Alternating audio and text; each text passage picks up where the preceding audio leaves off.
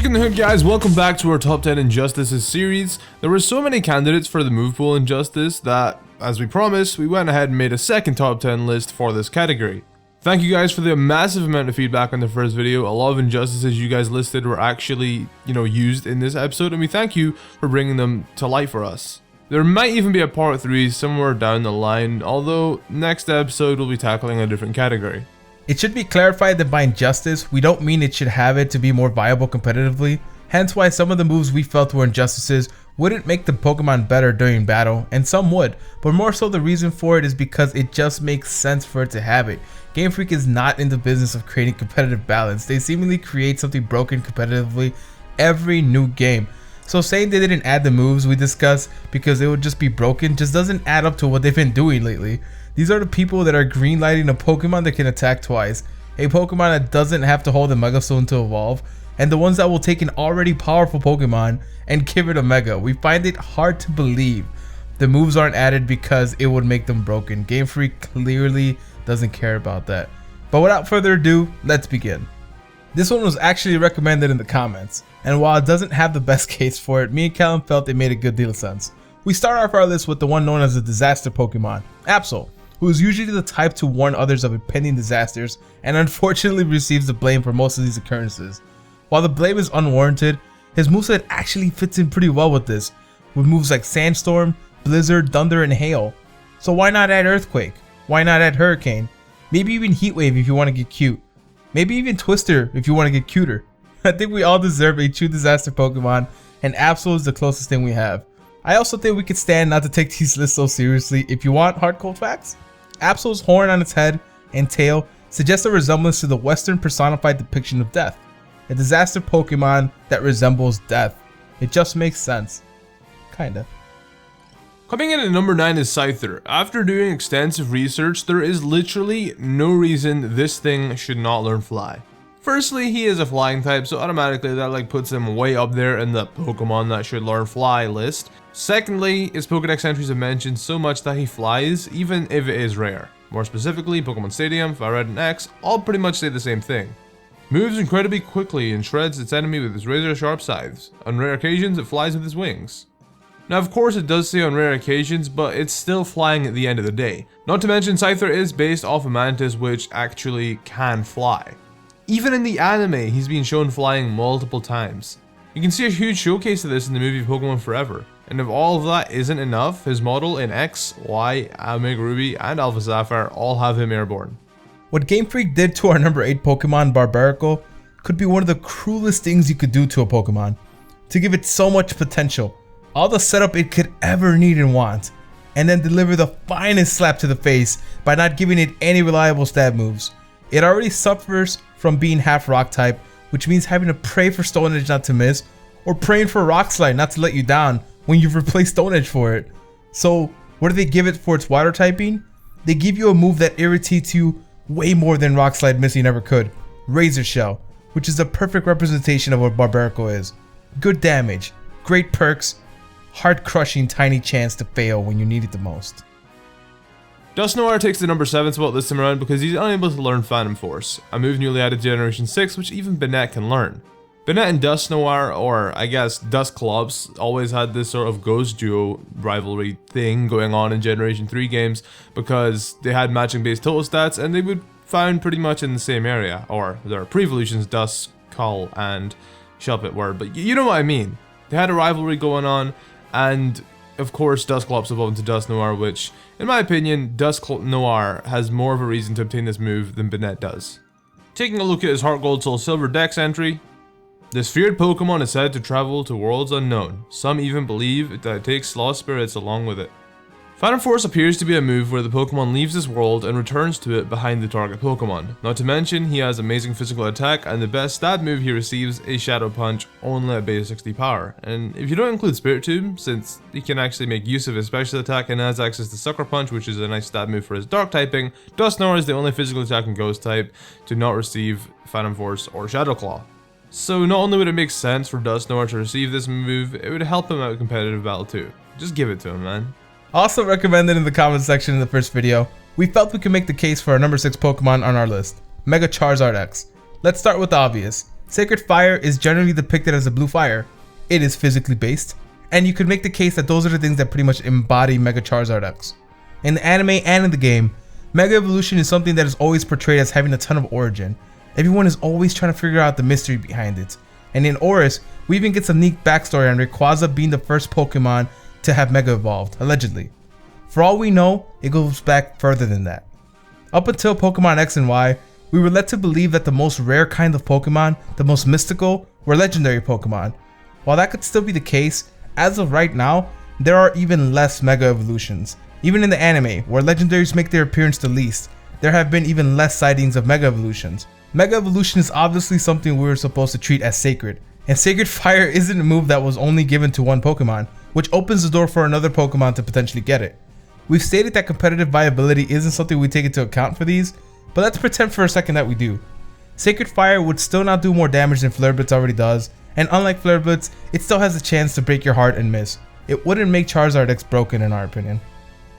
So while making this list, Pedro brought it to my attention that Amoonguss is unable to learn Leech Seed. I swear, my jaw hit the floor. I honestly thought I had seen an Amoonguss use Leech Seed before. It's just such a common move that a lot of grass types learn.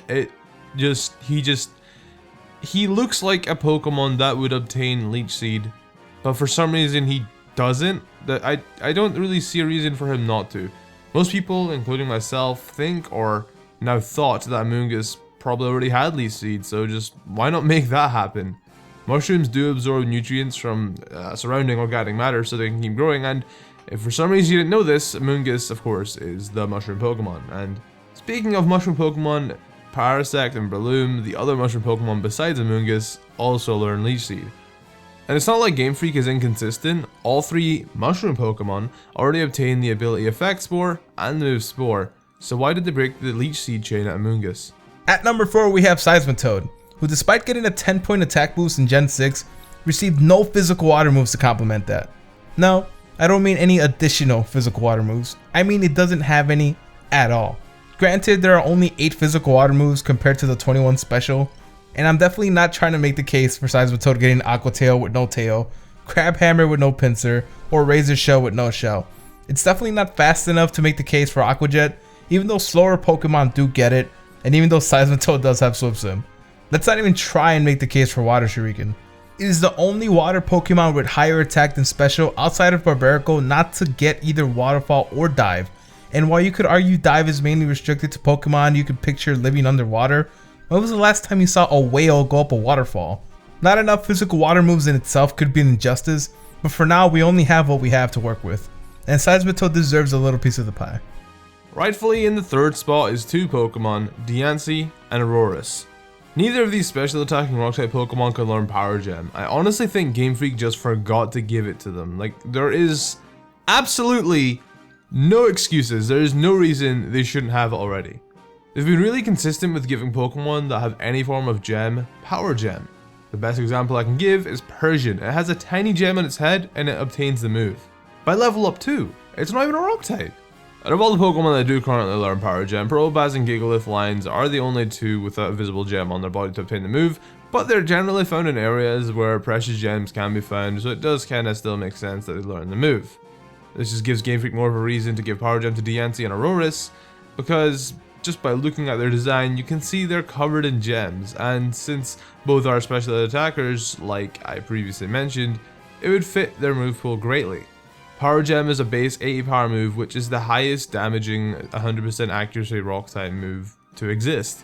Now, while Diancie does have equal physical attack to special attack, and its own signature move Diamond Storm, which has 100% power, 95% accuracy, which of course is pretty damn good, you know, because it does hit both targets in the field and it has a 50% chance to raise its defense by one stage, I feel like the option for a special attacking Diancie with Power Gem should be there. And that's not even why. Not to mention that even Carbink obtains Power Gem. Carbink does, and Pokédex entries do state that Diancie is a sudden transformation of Carbink, so you're telling me as soon as Carbink transforms into Diancie, it just can't use Power Gem anymore? And as for Aurorus, its move pool is, you know, more of on the special side as well as its stats, so, you know, the best special attacking rock move Aurorus gets, you know, Aurorus is mainly a rock. It's a rock ice type Pokemon. Rock is its signature typing. And the best special attacking rock move it obtains is Ancient Power, which with a pitiful 60 power and only 5 PP, it could do better. Power Gem just fits it perfectly. While Ancient Power does have a 10% chance to raise a stat in the Pokemon using the move, why chance the raise when you could just have a harder hitting move with more PP? I'm so upset about this injustice. It's Power Gem, just Our number 2 Pokemon has been on our list since before even the first Injustice video was even released, and has been heavily mentioned in the comment section by you guys. Aerodactyl should get Brave Bird and Head Smash. It's hard to see what distinctions Game Freak uses when deciding who to give Brave Bird and who not to give Brave Bird. What makes Farfetch'd more Brave Bird worthy than Aerodactyl? From what I see, Game Freak essentially just gives it to physically attacking flying type Pokemon. Aerodactyl fits perfectly in that group. Aerodactyl has been around for quite a while.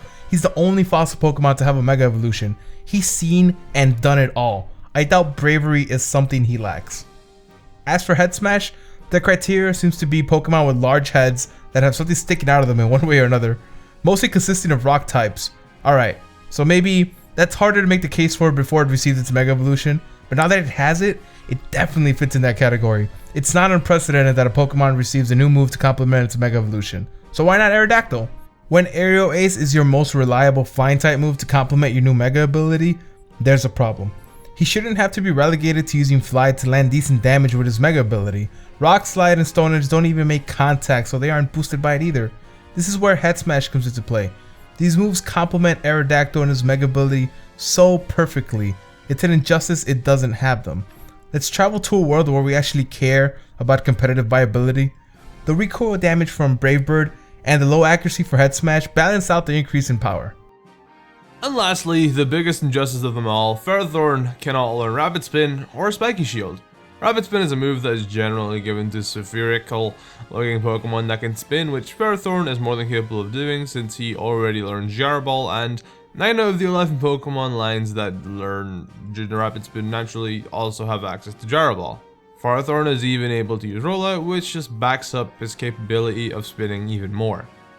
As for Spiky Shield, it is a bit more obvious as to why Ferrothorn should learn it. It's a move that is currently restricted to grass type Pokemon that have spikes in the body, which is exactly what Ferrothorn is. In competitive battling, you'll usually just come across Ferrothorns that carry Protect, and Spiky Shield is basically just a better version of Protect. Most of Ferrothorn's Pokedex entries do refer to its spikes, and its name is a combination of Ferrum, which is Latin for iron, and Thorn, which is a protective spine found on grass plants.